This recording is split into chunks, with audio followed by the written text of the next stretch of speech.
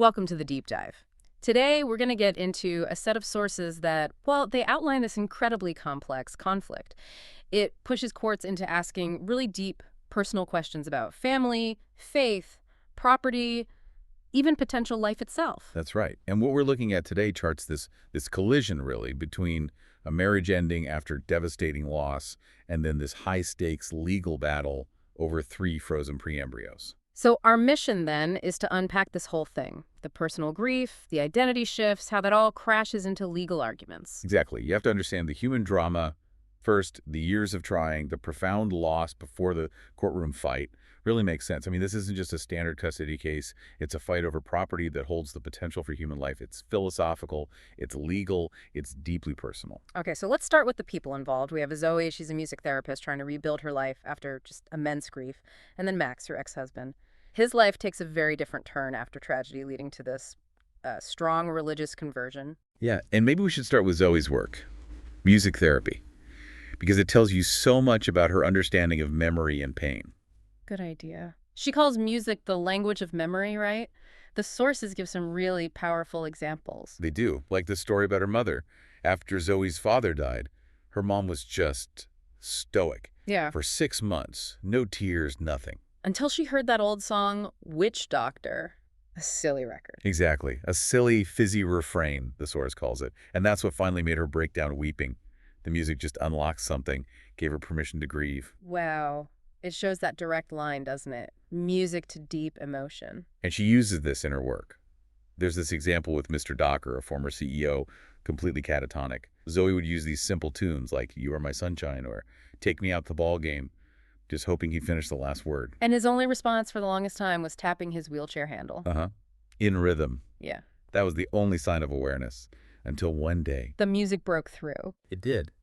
He had this moment of clarity, just heartbreaking, whispered that everything was wrong with his life, tears streaming down his face, and then slipped back into catatonia. Oh, that's rough.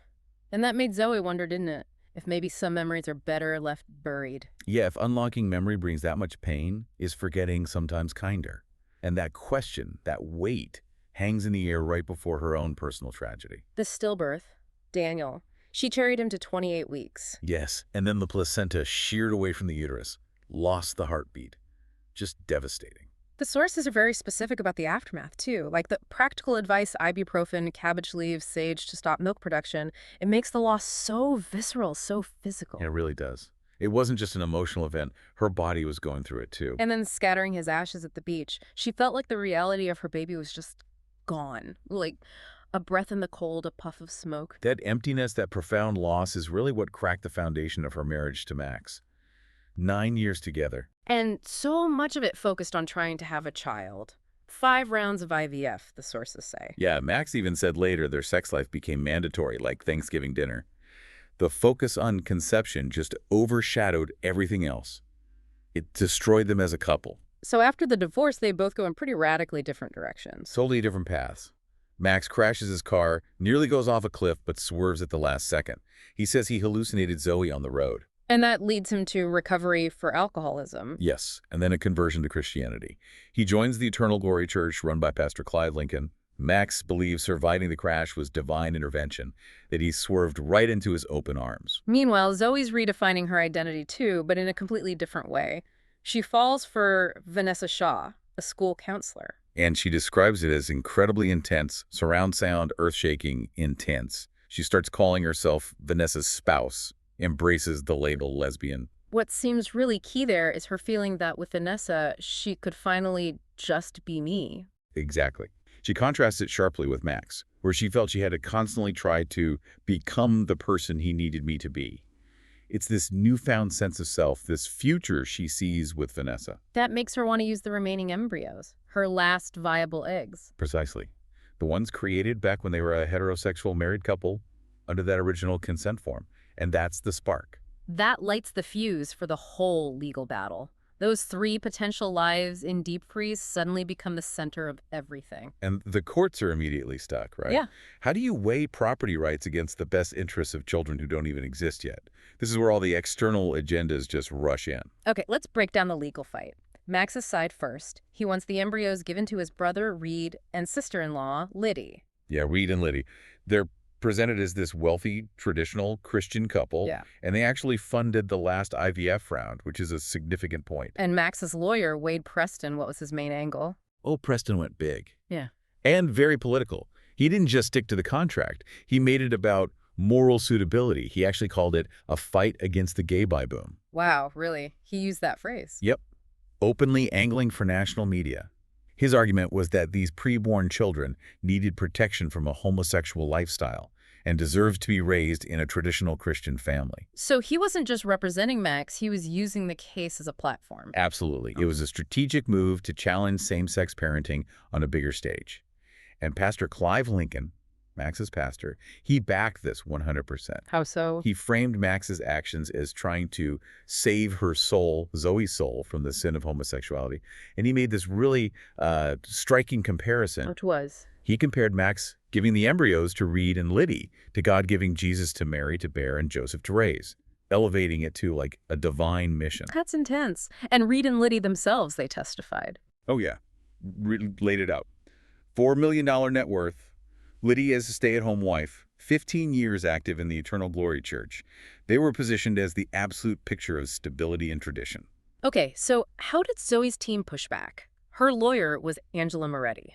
Yes, Angela Moretti from GLAADC Gay and Lesbian Advocates and Defenders. Just her organization's involvement signals how high stakes this was, politically and legally. So what was JLAD's argument? Moretti argued Max was essentially trying to use his biology, his genetic link, as a trump card to take property because legally that's what embryos often are from the person who intended to parent, Zoe, and her legal spouse, Vanessa. Her main legal point rested on Zoe being the biological mother who actually wanted to raise the children. That and geography. She leaned heavily on Rhode Island being relatively progressive, recognizing same-sex domestic partnerships, offering gender-neutral birth certificates. The legal environment there favored Zoe's intent to parent. Moretti wanted to keep the focus squarely on the contract and parental intent, not lifestyle debates. And Zoe's mom got involved too. Dara. She did, called herself a Zoe activist. She actually researched American Psychological Association data supporting same-sex parenting, trying to counter the traditional family narrative. What did that data suggest? Things like children raised by gay parents often being more compassionate, maybe less promiscuous, better adjusted. She was bringing in the social science to counter the moral arguments. But Max's team tried to preempt that with science too, didn't they? About sexual orientation itself. Yeah, Preston brought up the XQ28 gene, the so-called gay gene, and Simon LeVay's studies on the hypothalamus, trying to suggest differences in brain structure. Why go there? What was the strategy? It was clever, in a way. If they could suggest sexual orientation is biologically determined, fixed by nature, then maybe the nurture environment Zoe and Vanessa offered wouldn't legally matter as much. They were trying to neutralize the lifestyle argument by grounding it in biology. But did it work? What did the science actually show in court? Well, the sources are clear that the cross-examination basically shot that down. The conclusion was that causality is murky. It's not all nature. There's a hefty dose of nurture tossed in as well. No simple biological switch. So legally, things weren't looking great for Max at that point. It seems not, which might be why Preston shifted tactics so dramatically. He moved away from legal theory and went straight for character assassination, just weaponizing Zoe and Vanessa's private lives. This is where it gets really ugly. Yeah, really ugly. Preston revealed Vanessa had apparently lied about a past suicide attempt, which the source says was actually tied to a difficult professional situation with a student. And then he went after Zoe directly. He forced her to admit she'd had an abortion when she was 19, and then he twisted it, arguing she was now desperate for a child to sort of make up for past sins. That's brutal. And didn't someone in the courtroom actually yell out? Yes. A gallery member shouted, "Baby killer." Just raw public shaming right there in the courtroom. You can imagine how that changed the atmosphere. Less law, more mob mentality. It's just awful. But there was one more threat, wasn't there? The final straw. The knockout blow, really. Max's team revealed that Vanessa, in her role as a counselor, had told a suicidal student named Lucy that she, Vanessa, was a lesbian. And this student, Lucy, attended Max's church, Eternal Glory. Oh, no. Angela Moretti, Zoe's lawyer, had to warn her. If they kept fighting for the embryos, this information about Vanessa counseling Lucy would absolutely become public. And that would destroy Zoe's career. Music therapy relies so much on trust and community relationships. Exactly. Suddenly, the fight wasn't just about the embryos anymore. It was about Zoe's livelihood, her reputation, and Vanessa's professional standing, too. The cost just became unbearable. She was back into a corner. What did she do? She had to make an impossible choice. Fight for her last biological chance at children, or protect the life, the love, the career she'd painstakingly built with Vanessa. And she chose. She chose peace. She withdrew her claim, told Max, take them.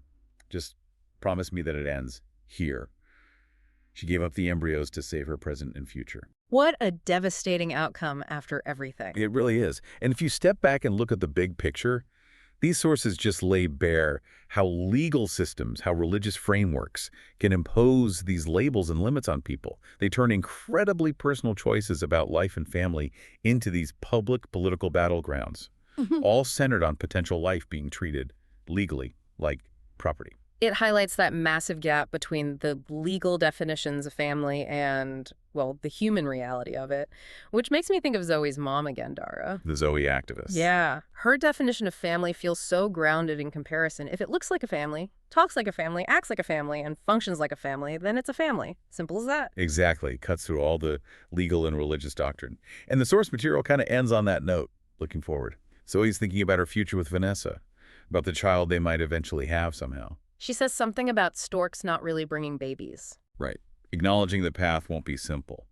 But then there's this lovely, funny touch, imagining their future child knowing that whoever invented glitter was just asking for a mess. A bit of hope, a bit of reality. So we've seen this whole fight, Max's side emphasizing wealth, tradition, religion, biology. Zoe's side emphasizing intent, love, stability. Considering Zoe's final heartbreaking choice, what do these sources ultimately point to as the crucial thing for a child's well-being, the thing no court can actually legislate? I think it comes down to that foundation Zoe found with Vanessa, that secure base of love and acceptance. The freedom to just be me, that promise of a supportive, unconditionally loving home. Well, it seems that ultimately mattered more than the fight over genetics or wealth or fitting into a traditional box. It suggests acceptance maybe is the real core requirement, not biology.